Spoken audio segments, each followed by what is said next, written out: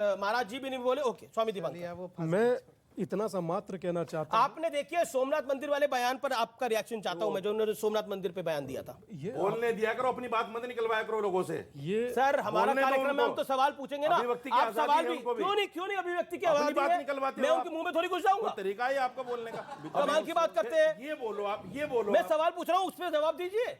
आप क्यों भाग रहे हैं अपने बयान से? मैं तो नहीं भाग रहा वो हूं। बयान पीछे पीछे आप भाग रहे हैं, मैंने कहा इधर कि उधर मैं हूं। बाएं दाएं। मैंने कहा कि मैं हूं, बात खत्म शुरू हो किया गई। जाए। आप बोलिए व्यर्थ टाइम हो रहा है।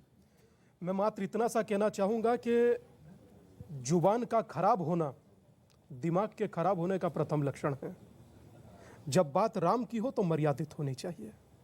कितने लोग चाहते हैं कि जातियों में बटा समाज अब एक हो? कितने लोग चाहते हैं?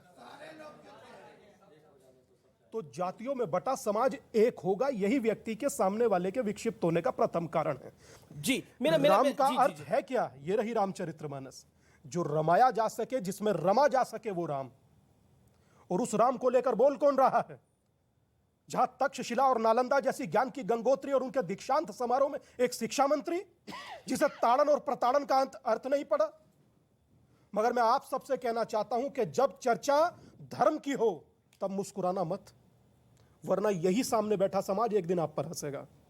अपने धर्म को लेकर एक चीज हमेशा याद रखिए कि कंधे से ऊपर छाती नहीं होता और धर्म से बढ़कर जाति नहीं होता। जी आपने अपनी बात को रखा। अब मैं दिनेश जी के पास जाना चाहता हूं कि रामचरितमानस आज की बुक नहीं है जिस पर कोई आक्षेप किया जाए, कोई उंगली उठाई जाए।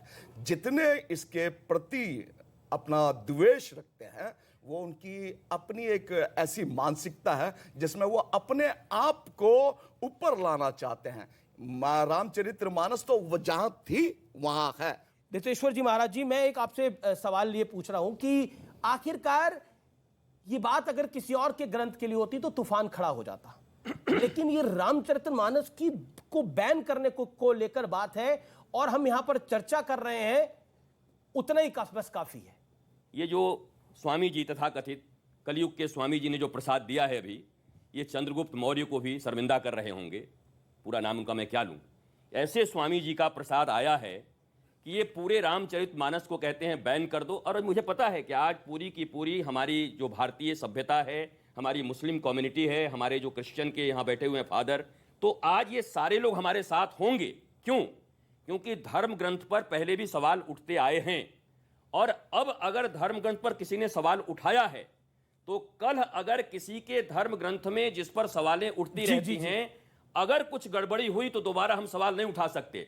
इसलिए बहुत विराट रूप से इसके विषय में चर्चा करनी जरूरी है, नहीं तो कल एक बात गड़बड़ी हो जाएगी कि आप जिन चीजों को बदलना चाहते हैं आप बदल नहीं पाएंगे। एक बड़ा बेसिक पॉइंट है, बड़े नेता चुप क्यों है इस पूरे विषय के ऊपर? बड़े नेता क्यों चुप है? अगर अखिलेश यादव की पार्टी के इतने बड़ा नेता बोल रहा है तो उन पर कार्रवाई क्यों नहीं हो रही? अगर तेजस्वी यादव की पार्टी के मंत्री बोल रहे हैं तो उसको मंत्री पद से नहीं हटाया जा रहा? कार्रवाई तो छोड़िए दूर, मतलब मुख्यमंत्री तक कह रहा है कि मैं इसकी बात से सहमत नहीं हूं। क्यों? मैं आपकी मजबूरी क्या है? राजनीति में जो है ना, राजनीति में इस हमाम में सब नंगे हैं। जिसकी बात हो रही है उसकी बात करिए, आप हमाम में सबको नंगा कर रहे हैं। मैं राजनीति की बात कर रहा हूं जी, राजनीति में आप ये अपेक्षा मत सवाल कीजिए। पूछा, अगर कांग्रेस का इसमें कोई नहीं है, भाजपा का कोई नहीं है, मैं राजनीति में आरजेडी का सवाल है, जवाब दीजिए। सिर्फ बात कार्रवाई होनी चाहिए नहीं होनी चाहिए? सिर्फ बात आरजेडी और समाजवादी की नहीं है, बात भारतीय जनता पार्टी की। जब भारतीय जनता पार्टी के लीडर 20 और 80 की बात करे तो कार्रवाई होनी चाहिए। जब भारतीय जनता पार्टी के लीडर महिलाओं पे यहाँ से कटाक्ष और यहाँ से उसका मजाक, भद्दा मजाक उड़ाए तो उस पर कार्रवाई होनी चाहिए। जब यहाँ से वो जब सुनिए, जब ये मुसलमानों को मारने काटने की बात करे तो कार्रवाई, तो सिर्फ दूध के धुले भारतीय जनता पार्टी नहीं है, समझ गए ना? सारी पार्टियां इसमें कहीं ना कहीं यहाँ से गलतियां करती हैं और आपको सबको कहना चाहिए कि भारतीय जनता पार्टी की सत्ता पक्ष में है तो उन्होंने भी जो गलतियां की हैं, इसलिए हम आईना दिखा रहे हैं। और मैं ये भी नहीं कहता हूं कि ये कर्मा रिटर्न, हम सिर्फ इतना कहना चाह रहे हैं कि जो हमारे साथ पीड़ा हुई, जो हमारा दुख है, वो भी आप समझिए कि मुस्लिम समाज को कितनी पीड़ा हुई जैसे आज आपको हो रही है। देखिए, राजनीति के संदर्भ में मैं सिर्फ एक पॉइंट कहना चाहूंगा, आप खूब अपने दिमाग पे जोर डालिए। भारत ही नहीं, दुनिया में बताइए कोई नेता जो क्रिश्चियन नेता बाइबल पे कमेंट करता हो, कोई मुस्लिम नेता जिसने कुरान पे कमेंट किया हो? सिर्फ हमारे यहां होता है। कारण जो स्वामी जी ने कहा कि जाति में नफरत पैदा करके अपनी दुकान सजा के रखनी है, थोड़ा थोड़ा सा हिस्सा लेकर। और जहां तक शोएब जमाई जी ने कहा कि उनको सपोर्ट की जरूरत है, मुझे लगता है इस्लाम तो इतना पावरफुल रिलीजन, उसे सपोर्ट क्या जरूरत है। वहां तो कोई बोलता है तो सर तन से जुदा का नारा लगता ही नहीं, कर भी दिया जाता है। तो मुझे नहीं लगता कि उनको कोई मैंने जरूरत कहा है। कि भारत के समाज में यहाँ से लोग- भारत के अंदर का उदाहरण दिया मैंने, भारत के अंदर का उदाहरण दिया। उदयपुर में कर दिया गया 2-2 लोगों का, फेसबुक में इसलिए वो विषय। बद्दी अरे भाई, कमेंट आप करते हैं। मैथमेटिक्स सब नहीं कर रहे। हमारे आराध्य मगर को एक गाली गंभीर देते बात हैं। मैं कहना चाहता हूं, एक कुरान गंभीर के बात बारे जो में स्वामी जी ने अनुच्छेद कहा टिप्पणी था करते हैं। और कि ये मैं बीजेपी एक आशय विषय है है, कि उस पे हम बात करें ना जी। एक मिनट, जो स्वामी जी ने कहा था तो जिस तरीके राम से शब्द आपको का पीड़ा अर्थ होती क्या है, होता होती है? है। देखिए, राम शब्द का जो है संस्कृत में रम धातु से निकला है, जिसके आप कहते हैं रमणीक स्थान, मन रमता है।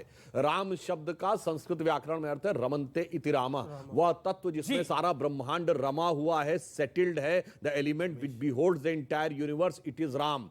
न्यूज़ 18 इंडिया की web series FIR number 208 streaming सून।